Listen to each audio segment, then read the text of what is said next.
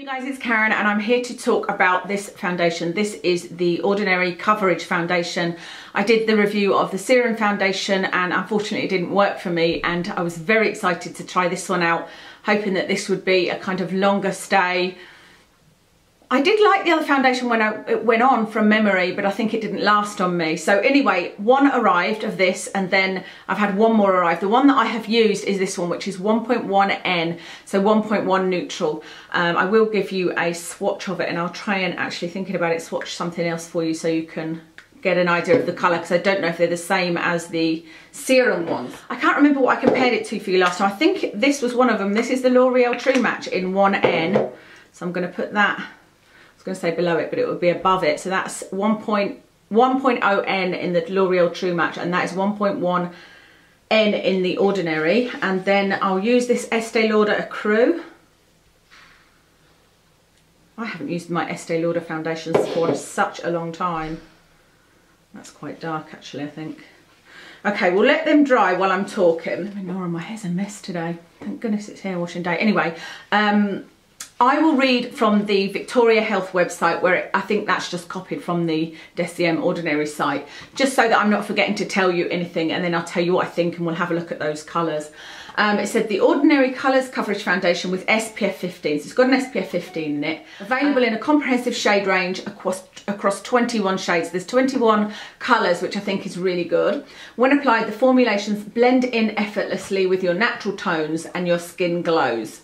Yeah, I would kind of agree with that. Well, glows, I don't know. It's not a flat matte finish. I think it's more of a satin finish. I don't know that there was a glow. You'll be able to tell me that more when I show the video of me applying it and what the finish is like before I put powder on it. But I always powder my foundations anyway. I'm not looking for a glowy finish.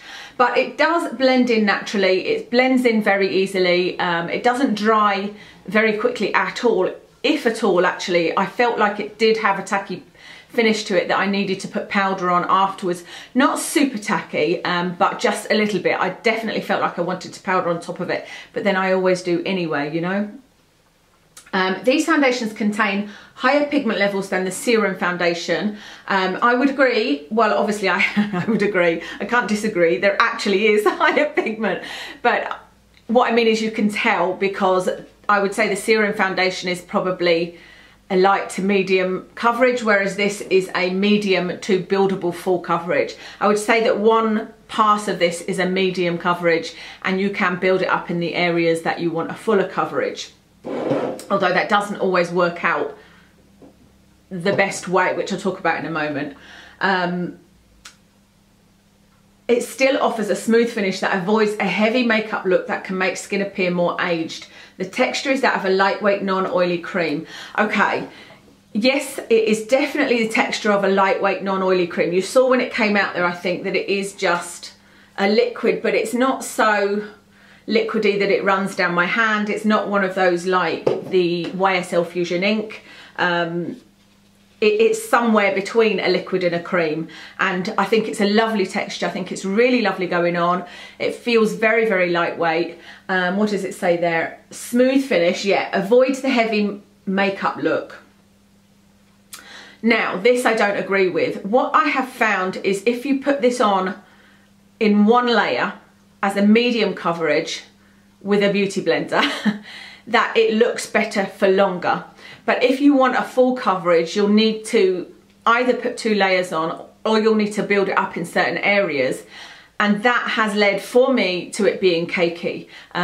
It doesn't last any longer than 2 to 3 hours, looking as beautiful as it looks when it goes on. When it first goes on and you've got your makeup on and you're all done, I think it looks very lovely. And there's a lot of foundations like that that look beautiful when first on, but it just goes cakey for me.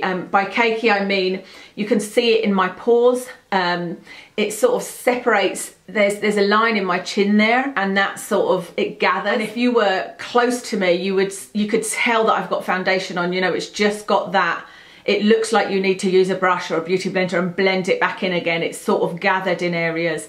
And I was so bummed when it did that. Now, the first time it did that, it was because, well, I felt like it might have been because I put 2 layers on. And I thought perhaps it's one of those. There are some foundations that one layer is fine, but once you build them, it just doesn't work very well. So I thought I'm going to try it again with just one layer. So I did that.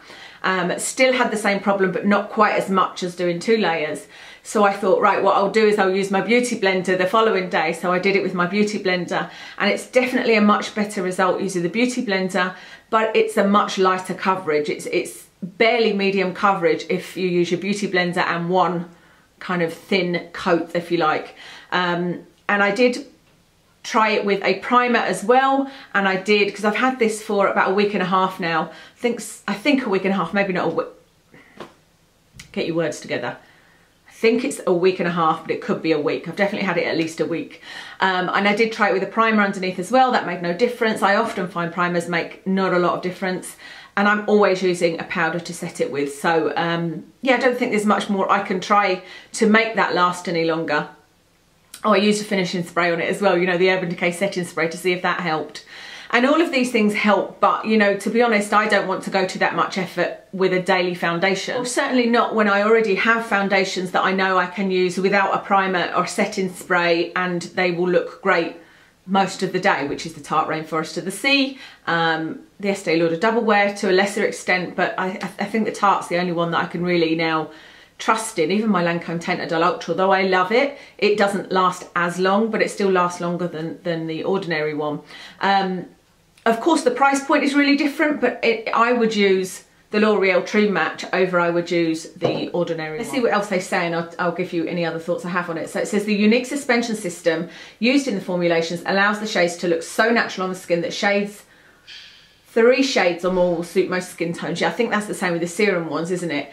The shades can also be mixed at the time of application. It's ideal to shake the container lightly before use, which I did. And it says dispense a small amount in the palm or the back of your hand, smoothen and blend through the face. So I have done a video of me putting the foundation on and giving my first impressions as I'm applying it. So I'll insert that for you now. Okay, so I'm going to use my Viseart 102 Silk Finish brush. I've got 1.1N here. I'm just going to put a pump on my finger, about that much, and do the right side of my face first to see how we get on and how much we need. Sorry, I need to grab my mirror.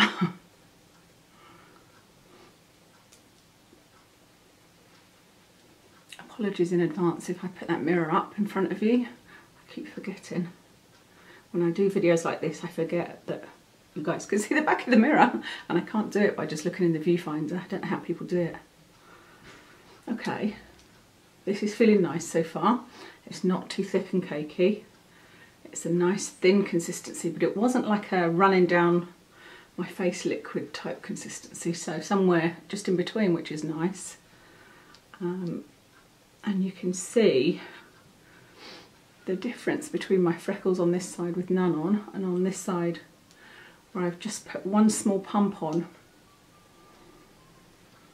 I don't think there's an awful lot of difference on my forehead. I sometimes wonder if I should even bother putting foundation on my forehead, but it would look a bit odd, wouldn't it, if I didn't even it out. Yeah, I like that, and that seems to be fine. Let's put one on the brush and see how we get on. So I shall put, oh, that was a bit of a bigger pump, so we'll see how it is if you put too much. It's about the consistency. Try to dot it around so that it's a little bit, I want a bit more coverage on my nose, so it's a little bit less cakey if it's inclined to go that way. I think that this is probably too light for me. I have got some fake tan on at the moment. I'm sort of about 2 days post fake tan.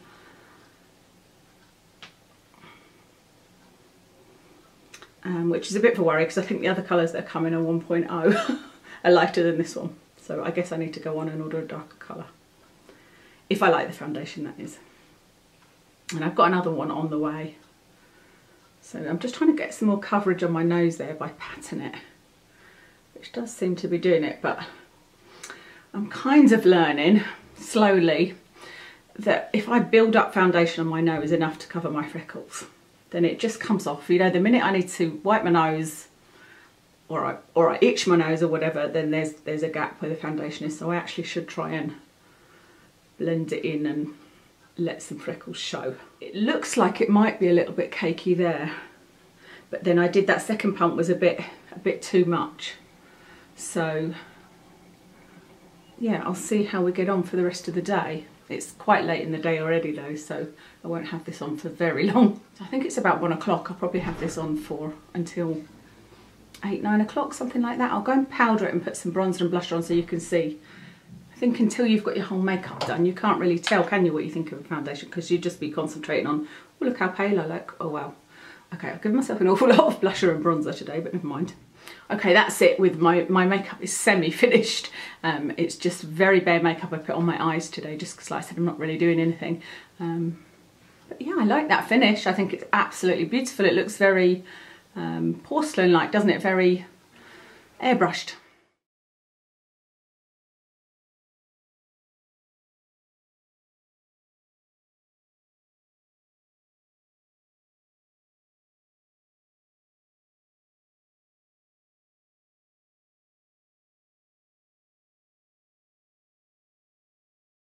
So yeah, I loved everything about the foundation except for its wear time, unfortunately. The colour is perfect for me when I'm light. Like I said, I've since got 1.0, which I think will be probably too light for me. This is 1.1N. I'll show you these colours in a second.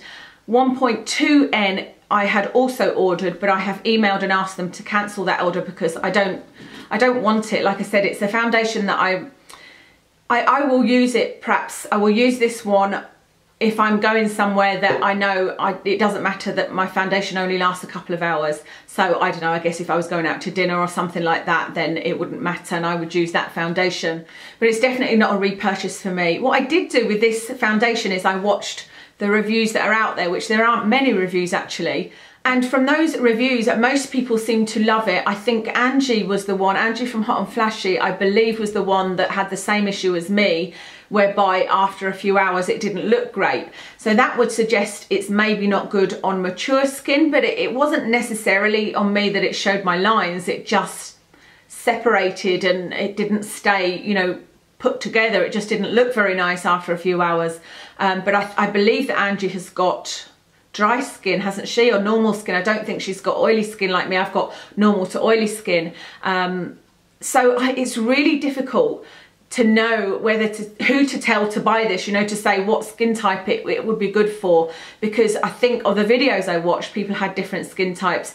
There was one girl, I think it was an Irish girl I watched, that she was saying that she was amazed that it had stayed around her nose, and that normally on her nose foundation disappears, but it had stayed on for her. It just didn't for me. It was all gathered in the corner here, and so I think this is one of those foundations that you're just going to have to try it out and see if it suits you or not. And I would say that that's not too bad because of the price. I think this was £5 something. It's no more than £6 for this anyway. I think it's £5.80, something like that. And I really like the packaging. I know people have been saying that the packaging is very basic. It's plastic, but it's got a pump on it. You don't have to have it with a pump. I think you can get it as a screw top if you wanted, but I like the pump. And it's 30ml, which is pretty standard for a foundation. And this would be great if you are traveling. You know, this is the kind of bottle that I wish all foundations come in. To me, this is the perfect packaging. It's small, it's not heavy, it's not a heavy glass. It's got a pump on it. I really like this packaging, so no problem with that. But like I said, I think you'll need to try it yourself, but at least for the £5 or £6 that you pay, it's not like trying a high-end foundation, you know, and wasting it. If you don't like it, then it's not quite so bad. And actually, I haven't seen anybody, out of all the reviews I watched, everybody agrees that it looks beautiful when it goes on. Everybody said they sort of caught their skin and was like, oh wow, it looks amazing. It's a really lovely foundation when it goes on. The thing is just whether or not for you it lasts very long, looking that lovely, you know. So that means that you could use it on those occasions where you only need your makeup to last a couple of hours. So I think that's everything to tell you about it. Blends easily. There's nothing in the ingredients that I would be concerned about. It's got coconut alkanes in it, so it's a very moisturising foundation, which is maybe why it doesn't work on me. It's got glycerin in it as well, I think. You know, it is, when you read the ingredients, to me it reads more geared towards dry skin. So I don't know whether that's just too moisturising for me and I need something that's with a bit more grip. So I don't know, that could be a reason. Switched the camera off and started getting ready for the gym, and then noticed my hand and that I hadn't showed you the colours and the comparisons. So apologies for the change of gear for a moment.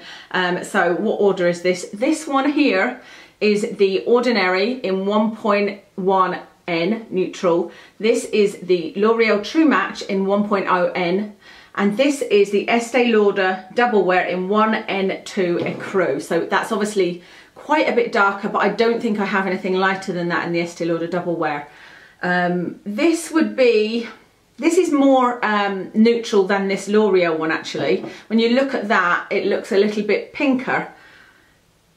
And not lighter, just a little bit, I don't know whether it is pinker, it's a bit of a warmer shade, whereas this is definitely more neutral, this Ordinary one.